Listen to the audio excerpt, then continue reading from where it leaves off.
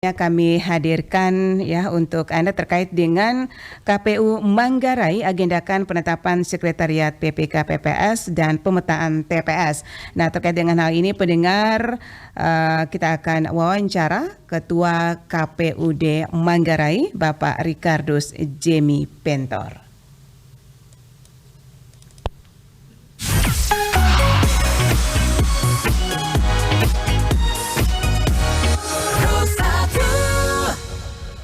Selamat pagi Pak Jemi.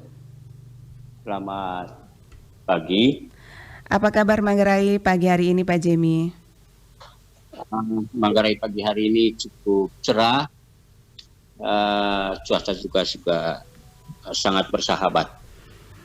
Oke, yang pasti aktivitasnya lancar aman ya untuk sepanjang hari ini.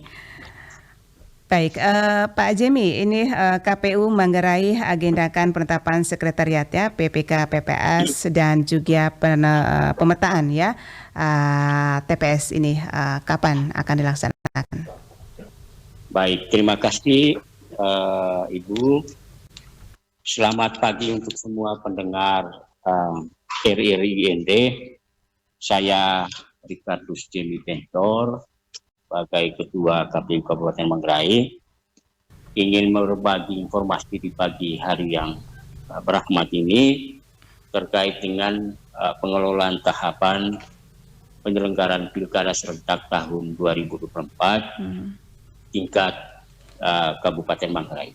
Sebelum saya menjawab apa yang ditanyakan tadi, sedikit saya berikan gambaran terkait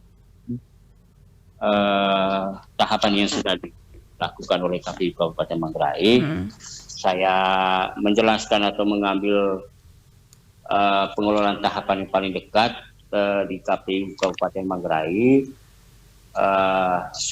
Telah melaksanakan pengelolaan tahapan calon perseorangan beberapa waktu lalu. Dari pengelolaan tahapan ini bisa dipastikan bahwa calon perseorangan yang maju dalam Pilkada Manggarai, pemilihan Bupati dan Wakil Bupati Manggarai itu sudah tidak ada lagi.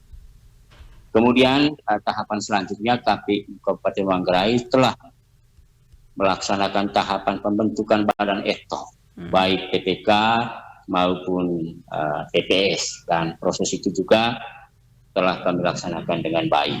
Dan sesuai dengan ketentuan regulasi kaitan dengan pembentukan sekretariat baik pun PPK maupun TPS. Nah, sesuai dengan ketentuan, sekretariat PPK itu dibentuk 7 hari setelah pelantikan PPK. Jadi PPK kita itu sudah dilantik tanggal 16 Mei yang lalu. Kemudian dari sisi aturan tanggal 23 Mei yang lalu seharusnya sekretariat PPK juga sudah terbentuk. Dan perlu kami jelaskan terkait dengan mekanisme tata cara terkait dengan pembentukan PPK, sekretariat PPK ini, itu kemudian PPK kami sudah melakukan koordinasi dengan pemerintah kecamatan untuk mendapatkan usulan nama-nama yang berasal dari pegawai atau aparat pemerintah yang ada di kecamatan. Dan kemudian selanjutnya PPK akan mengusulkan ke KPU Kabupaten, dan selanjutnya KPU Kabupaten akan menyampaikan nama-nama calon sekretariat PPK dimaksud untuk disampaikan ke pemerintah daerah. Nah, di pemerintah daerah kemudian nanti Bupati akan menetapkan nama-nama yang bersangkutan dengan keputusan Bupati.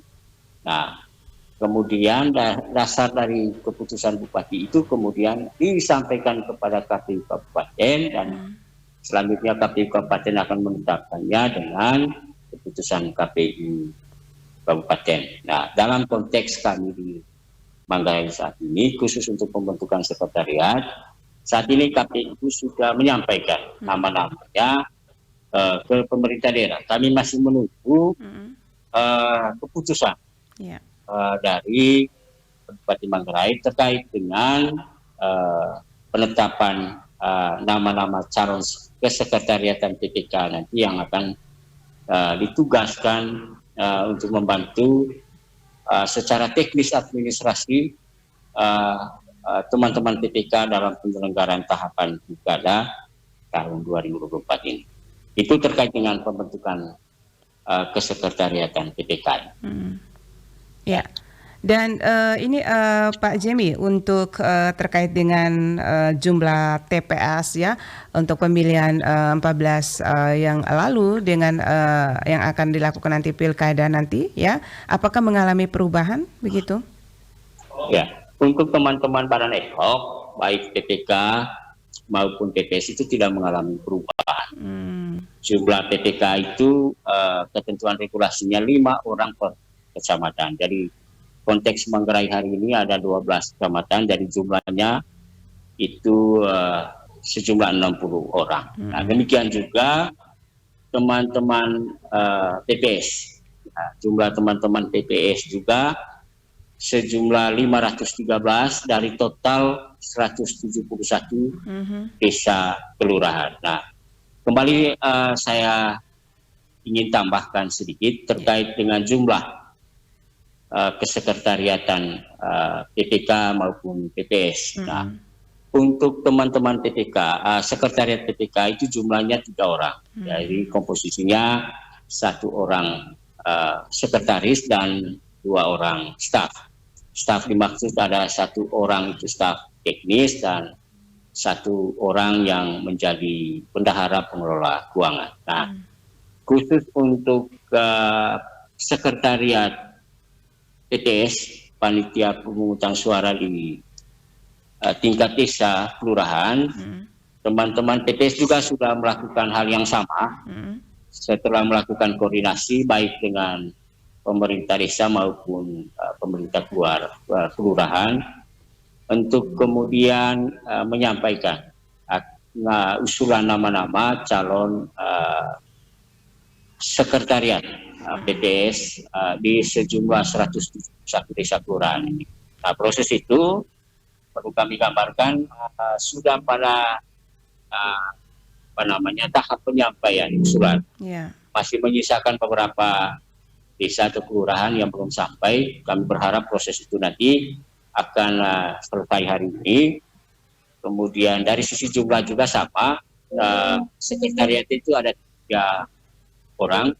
1 orang sekretaris dan 2 orang staf, 1 staf teknis, kemudian 1 juga bendahara pengelola keuangan.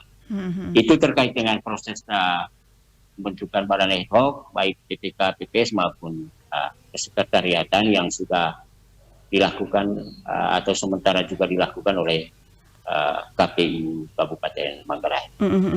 Iya, Pak Jemi, perlu diketahui juga, diinformasikan juga ya, apakah jumlah TPS dan juga pemilih untuk pemilihan sebelumnya dengan akan melakukan pilkada ini, apakah jumlahnya mengalami perubahan atau seperti apa, Pak Jemi? Baik, terima kasih atas pertanyaan yang luar biasa ini.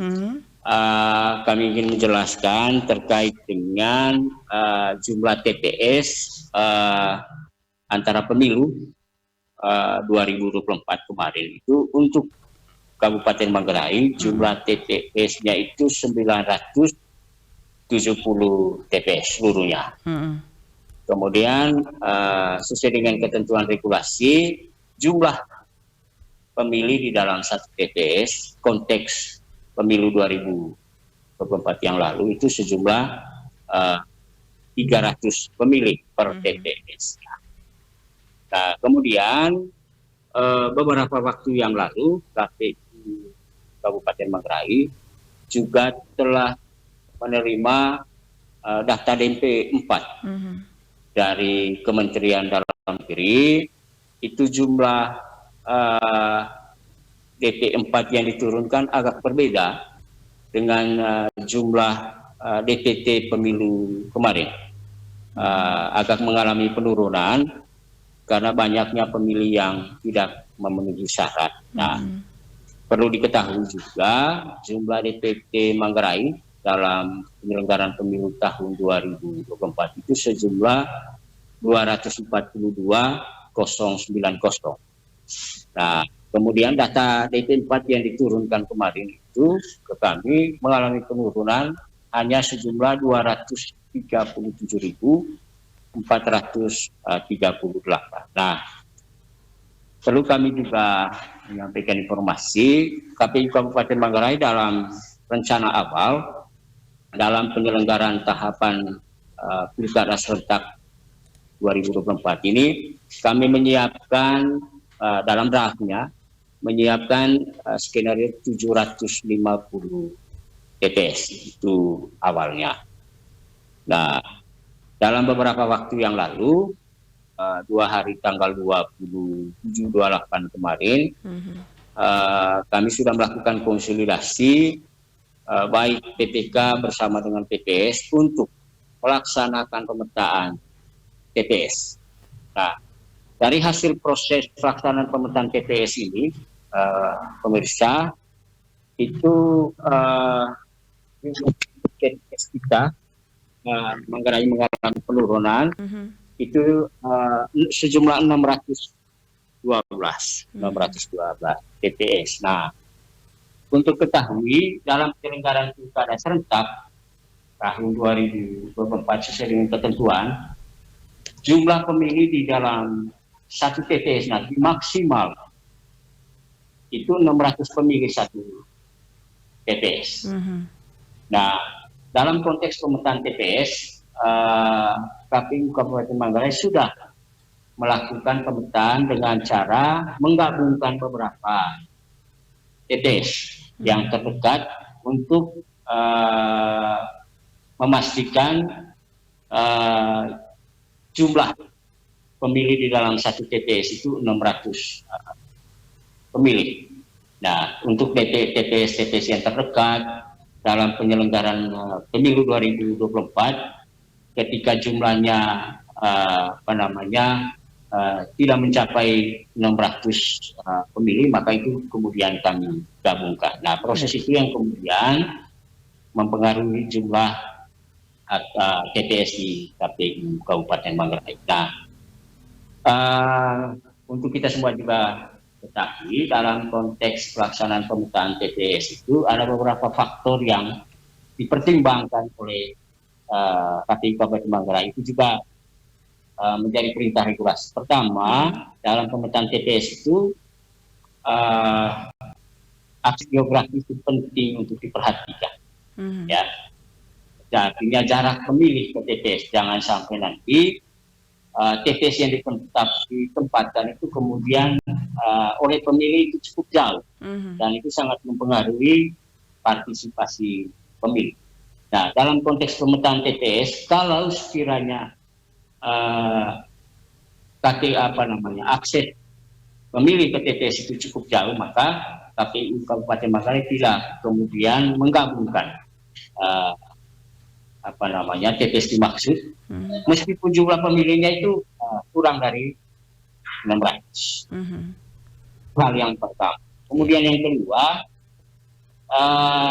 dalam konteks pemetaan TPS itu KPU tidak boleh memisahkan pemilih di dalam satu kakak. Dari bapak dengan anak itu tidak boleh, atau istri juga tidak boleh ditempatkan di TPS yang berbeda, khusus untuk penyelenggaraan. Itu aspek yang kedua. Aspek yang ketiga yang kami perhatikan itu adalah tidak menggabungkan TPS pemilu kemarin antar desa, ya, desa ke kelurahan itu tidak boleh digabungkan. Yang digabungkan itu adalah TPS yang kemudian dalam penyelenggaraan pemilu tahun 2024 itu berada dalam satu wilayah desa dan kelurahan. Jadi itu 3 aspek yang menjadi titik tekan, yang menjadi perhatian KPU dalam melakukan pemetaan TPS. Jadi untuk saat ini jumlah TPS kita itu 612. Nah, perlu kami juga gambarkan apakah 612 itu nanti ke depan itu bertambah, itu sangat tergantung dalam proses pelaksanaan coklit nanti ya. Dari coklitnya itu akan dilaksanakan itu di tanggal 24 Juni yang akan datang. Iya, baik. Jadi sekiranya itu informasi terkait dengan pemetaan. Baik, ya terima kasih Pak Jemi atas waktunya pagi hari ini bersama Pro 1 RRI ND ya. Sekali lagi terima kasih, selamat pagi dan selamat melanjutkan aktivitas. Baik, terima kasih banyak, sukses untuk kita semua. Baik.